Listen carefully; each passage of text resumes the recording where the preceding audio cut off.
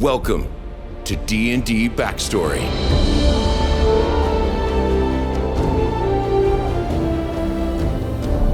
This is the origin of Thalias Frae, the Tiefling Stars Druid. And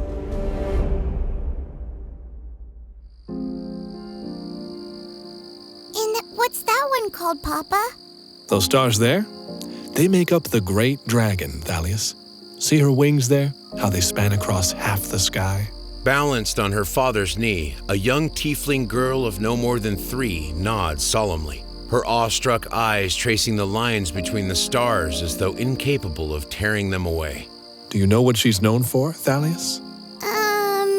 For being really big and strong and scary? I suppose she is really big, isn't she? And certainly something that big must be strong. But I'm not afraid of her one bit, and neither should you be. Thalias emphasizes his point with a sudden bounce of his knee, eliciting a squeal of delight and a giggle from Thalius, who finally draws her gaze from the stars to stare back at her father. Why not? Because even though she is very big and very powerful, that's not all that she is. Above all else, the great dragon is wise, and when we look to her for guidance, she is always happy to share it with us. That is why she isn't scary, Thalius. Because even though she's big and strong, we know that all she wants to do is help us along our path. She might seem scary when you look at her, but what someone stands for matters a lot more than what they look like. Does that make sense, little Starshine? She nods quickly and decisively, then loses herself in another fit of giggles as she knocks her father on the chin with one of her horns. They're getting longer every day, huh, kid? You've got to start being careful with those things. Thalias smiles behind his hand as he rubs the point of impact and winces theatrically. But that's enough stargazing for tonight, sweetie. We have a long stretch of travel ahead of us, and if I don't get enough sleep, your mama might breathe fire at me like the great dragon. Can we fly back, Papa? Of course, sunshine. And before she can brace herself, Thalias lunges to his feet, raising his daughter above his head and sprinting off into the night. Focused entirely on the path in front of his feet and the sounds of Thalias' joy, he fails to notice her fingertips tracing small patterns of lingering starlight in their wake. Thalias, however, sees it clearly and giggles all the harder for it as they make their way back to their traveling family and their home for the night. Growing up in a traveling family was a wondrous experience for Thalias, for whom boundless curiosity and a love for all people came as naturally as breathing. A ragtag group of merchants, craftspeople, and entertainers, the family wandered the span of the continent, plying their trades in a given area until the winds began to shift and the interest of the locals began to falter. Her family were bakers by trade, earning their living out of a massive cart-mounted oven. And seeing the happiness that something as simple as a fresh-baked loaf could bring to family members and townsfolk alike inspired Thalias from infancy to seek out life's simple joys and share them with as many people as she could. As she grew, it became evident that such a calling suited her to a T. No one would listen to a story more attentively than a wide-eyed young Thalias would. Nor was there anyone else who could so easily charm smiles out of family members known to be taciturn or asocial. Even old Malcolm, an irritable elven smith who had been with the family for generations, never failed to smile back at the young tiefling, and would happily prepare a cup of tea to sit and discuss his day's work with her. She traded smiles for songs, songs for tales, tales for baubles and confections, and left all who interacted with her smiling and grateful for the interaction. The cosmopolitan nature of the traveling family, too, meant that Thalias never felt ill at ease with her appearance or her capabilities, which was certainly a relief for her parents. Thalias and Thalias Frae were good and kind folk, but the human man and half-elven woman were entirely taken off guard when their child was born with a tail and horns, and even more nonplussed when the young girl began to radiate starlight at seemingly random intervals.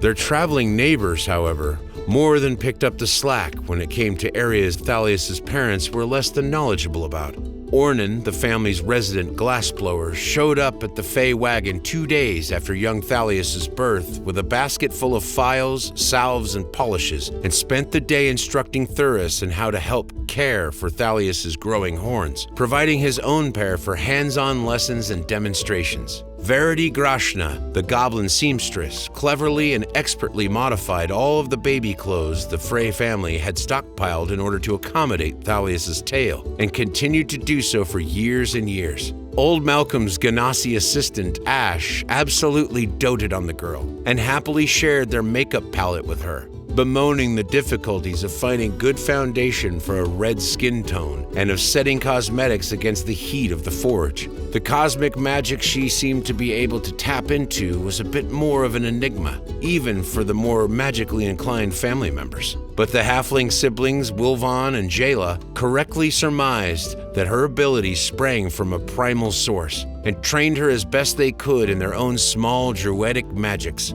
Thalius was her parents' pride and joy, but the entire family had had a hand in raising her, and she flourished for it. This is not, however, to say that her life was perfect. Ma, no! You're out of your mind. Thalius, please. I know you don't like it, but it's for your own safety. Hells no! I'm not wearing it. Thalius, please. Thalius strides away from her mother, fuming. She'd always known that her parents had commissioned something like this for her years ago, but she'd never expected to have to utilize it. Thalius, your mother and I need you to listen to us. We know it's not fair and we know it makes you uncomfortable, but there's no avoiding River's Crossing this year. The family won't survive the winter if we can't afford to stockpile resources against it. And the people of River's Crossing are... They're bigots. Yes. Thuris grimaces and runs a hand through his thinning hair, visibly distraught. They're anti-magic bigots, Thalius. And they're bigots backed by the Iron Citadel. We just want you to be safe. I've been safe for 17 years.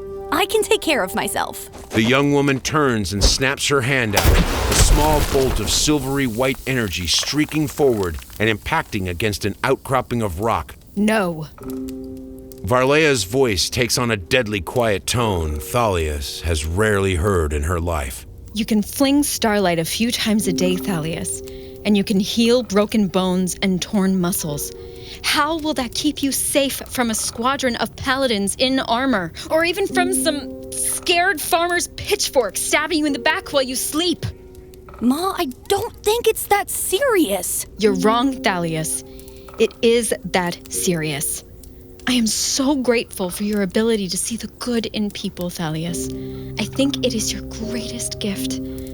But these people hate and fear magic, my love, and they won't see you like you see them.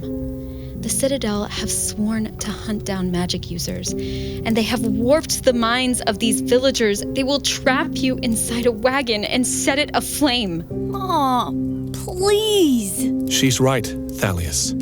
When we gave you the choice to stay with the family or join Ash and the Druids on their sabbatical, we made it very clear that you would have to hide and avoid detection. I'm sorry if you didn't take us seriously. I'm even more sorry that this is what it takes to keep you safe. But we'd be much sorrier if we lost you, Starshine. Thalius clenches her fists until she threatens to draw blood with her nails, meeting her parents' eyes and seeing the fear and hurt contained within them. She finally lowers her head in defeat and sighs, holding out a hand blindly for the amulet held tightly in her father's grasp. She puts it on, burying it deep under her clothing, and then turns to face the cracked mirror at the back of the Frae family wagon. Even in the faint flickering light of their oven, her deep red skin has faded to a ruddy pink, and when she reaches up a hand to tap one of her horns, her reflection seems to tap against nothing. It's only for a few days, my dear. Thalius expects to see relief in her mother's eyes, and is startled when instead she sees them brimming with tears. I know, Ma. You're right. It'll be okay. We just want you to be safe, Starshine. I know. I love you guys. I don't want you to be worried about me. Thalius accepts the hug offered by both of her parents gratefully, then turns and goes quickly to her own bedroll, not willing to let them see the tears threatening to spill out of her magically disguised face. River's Crossing seemed like most any town the family had stopped in on the surface. The kind of village whose origins as a humble trading post were evident in its layout and design, whose folks were eager to spend coin on strange entertainments and crafted valuables. The moment she finished helping her parents set up the oven for extended use, Thalius took to the road, spending the next several days and nights wandering the shores of the town's eponymous river. She checked with her parents and the rest of the family on a nightly basis, but otherwise spent her time attempting to enjoy the relative quiet. The last traces of sunlight were painting the sky a deep orange and purple, and Thalius was seated on a stone staring into the horizon, waiting for its lingering light to depart, when a cry echoed out over the water. Thalius does not hesitate, but leaps from her perch and takes off sprinting down the shoreline. As she runs, she can hear the low rushing sound of the river intensifying, and finally rounds a bend in the river and sets eyes on the person calling for help, a young girl of 4 or 5, sobbing and pointing out towards a section of small rapids, rocks protruding jaggedly out of the water. Oh, please, miss, please help us. My little brother, he fell in and got caught in the rocks. Thalius has already kicked off her boots, and as the young girl trails off with a wail, she dives into the river, heedless of the rocks and of the rushing current. Raising her head out of the water, sputtering, she catches a brief glimpse of a pale face and bedraggled blonde hair before there is a loud crack, and the head disappears from view.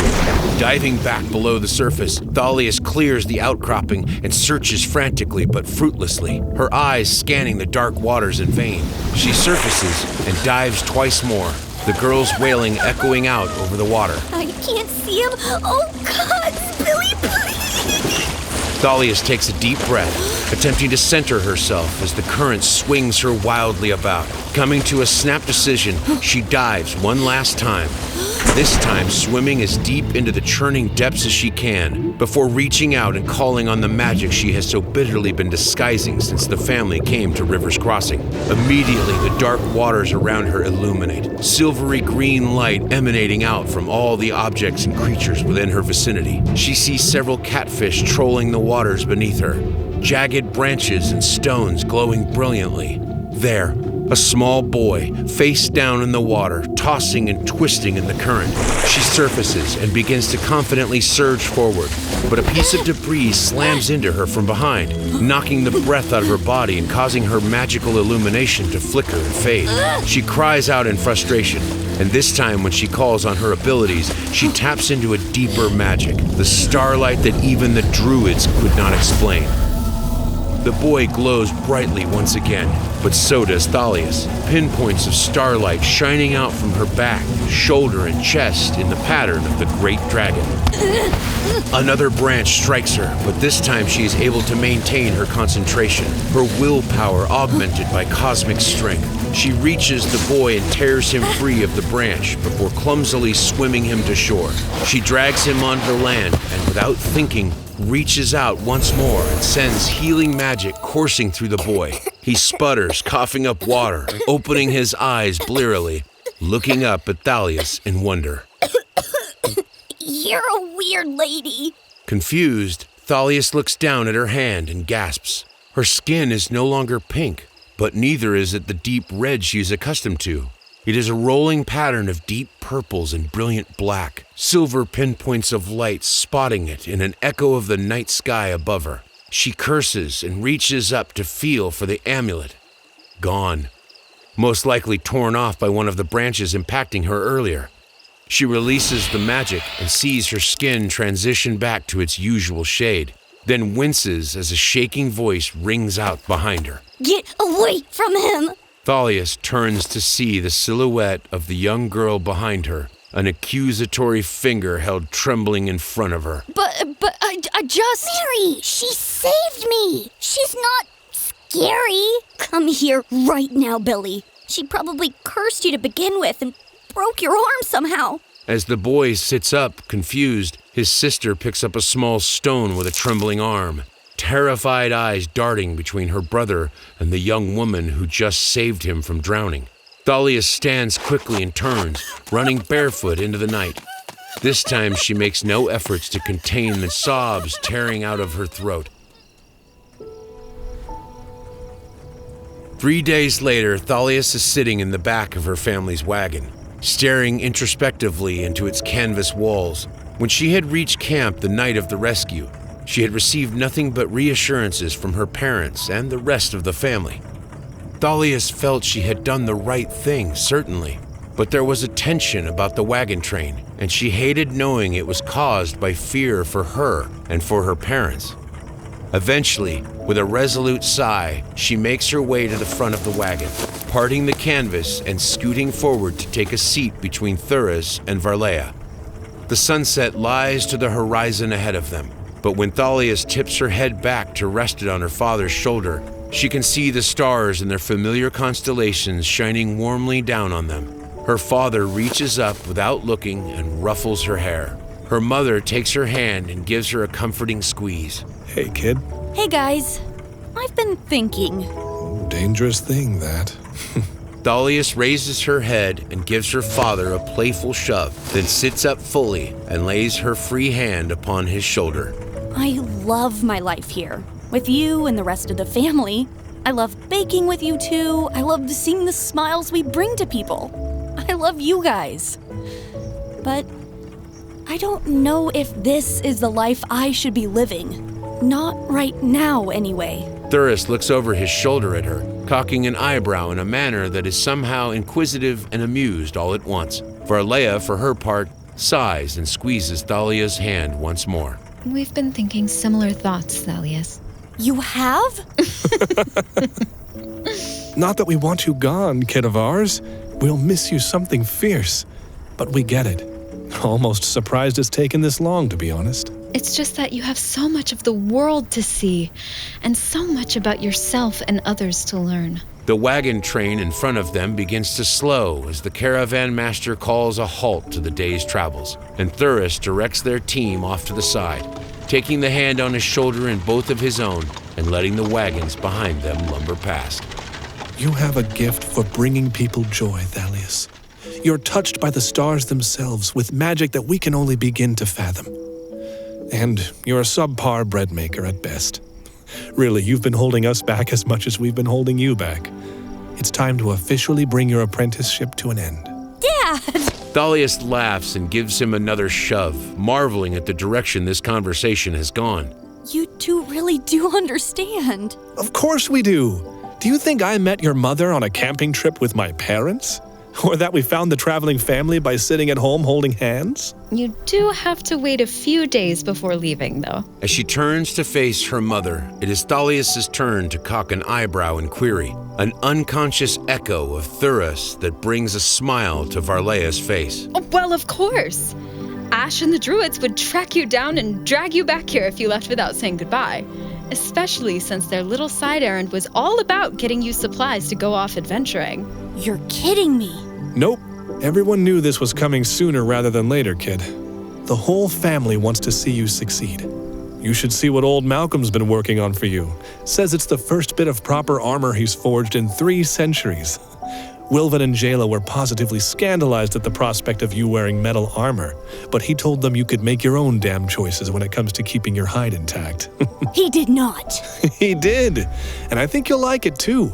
Mama Groshna's even been working on some traveling clothes for you that she insists will turn those clangorous plates into a statement piece. Thalius, I meant what I told you a few nights ago. You have innumerable gifts, but being able to truly see people and care for them so sincerely, it's the greatest one you have.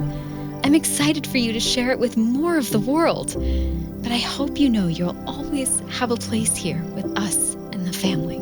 I know, Ma. I'm counting on it. We'll cherish these last few days with you, Starshine, but it's time for you to go out and change the world, while you're still young enough to roll with its punches. And as a smiling Thalius looks up once more into the evening sky, the great dragon gleams down at her, a shining reassurance that she won't ever be too far from home.